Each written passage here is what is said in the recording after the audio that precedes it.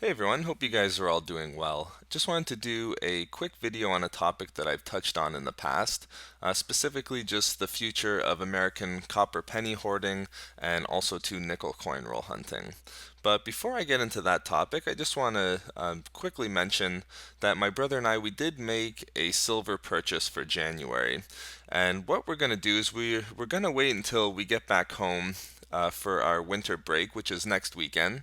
And what we'll do is we'll just update our 2014 silver and coin roll hunting goals. If you've seen our last couple of videos, you would notice that we were coin roll hunting all the way through January as well. So I think we have a great update for you guys. Again, we'll update what we bought for silver in January, and also too I'll show you the full results from January for our nickel coin roll hunting. So look forward to that in the near future. But just getting back onto this topic here, on I believe it was in November of last year, I made a video just talking about the US Coin Modernization Oversight and Continuity Act of 2010. And if you haven't heard about it, or if you can remember back to the video, that piece of legislation gave the US Treasury Department the ability to conduct research and also to look into different compositions for the penny and nickel. And back then, I was kind of on the fence of what the future would be, but I was pretty much leaning more towards the side that there would be quite a bit of years left in order to hunt for copper pennies and also to hoard nickels if you're in the US. But came across a couple of new articles here, and I'm not so much sure if how much longer we'll get, but I just thought that I would make a video and just kind of put out the information that I've come across here. And what I'll do is I'll take a look at these three articles that I found. And actually, this first one here was brought to my attention by Veritas Files. He sent it to me right after the last video I made on the subject back in November.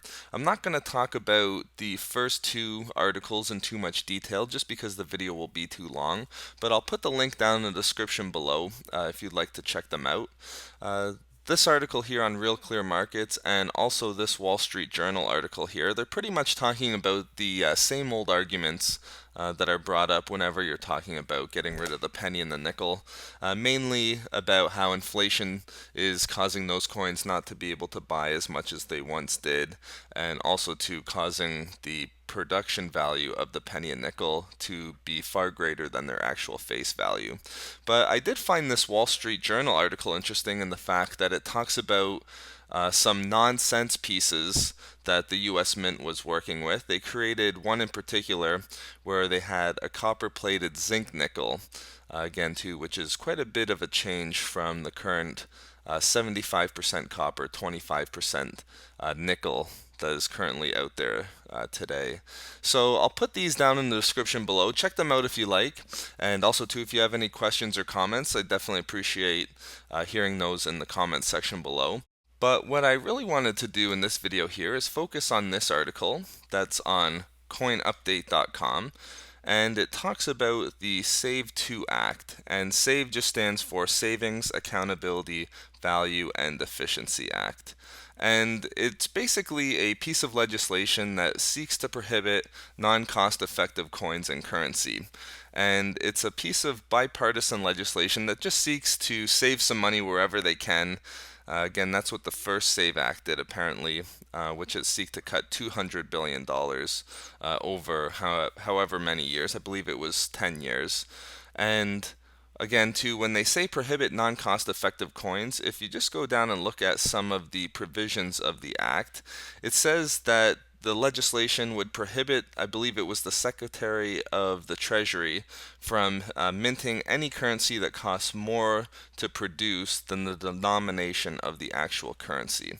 And right now in the US, the only ones that would affect are the penny and the nickel, because their production costs are more than the actual face value of that coin. So this is a really interesting piece of legislation out there now. And again, too, it coincides with the other piece of legislation we talked in last video about. again, to that Coin Modernization Oversight and Continuity Act, which again authorized the Treasury just to look at different compositions and the ability to change it to save some money. So now there's actually legislation out there which proposes to stop the minting of the penny and nickel. Now, I don't know, again, I'm not sure how far this piece of legislation has got. This was back in September. But again, I don't even think that even with this that the penny and nickel are going to go away overnight. And I do think that if they did do anything, it would probably be just a composition change, which really isn't that bad if you think about it. The worst situation would be like what happened up here in Canada, where they just got rid of the penny within a year because then you couldn't even go through pennies and look for copper anymore. And also, too, if they change the composition of the nickel, there would still be, at least for the next coming years, still lots of copper nickels out there.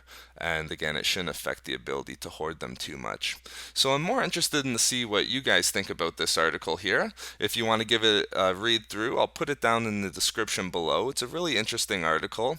But again, too, I'm not too sure how much time we have left, but at least right now, since you can still get pennies and nickels down in the States, it's probably a good time just to do a little bit of coin roll hunting if that interests you. Again, too, I don't think it's going to be changed overnight, so at least for the time being, the coin roll hunting should still be available to our friends down in the US. But again, thank you so much for watching. I hope you enjoyed the video. Again, too, please leave your comments down below. Also, too, if you enjoyed the video, if you could like or subscribe to the channel, my brother and I, we also greatly appreciate that very much. But thanks so much, guys. Be on the lookout for our January updates on our silver goals and our coin roll hunting goals. But again, that's it for this video. Talk to you all soon.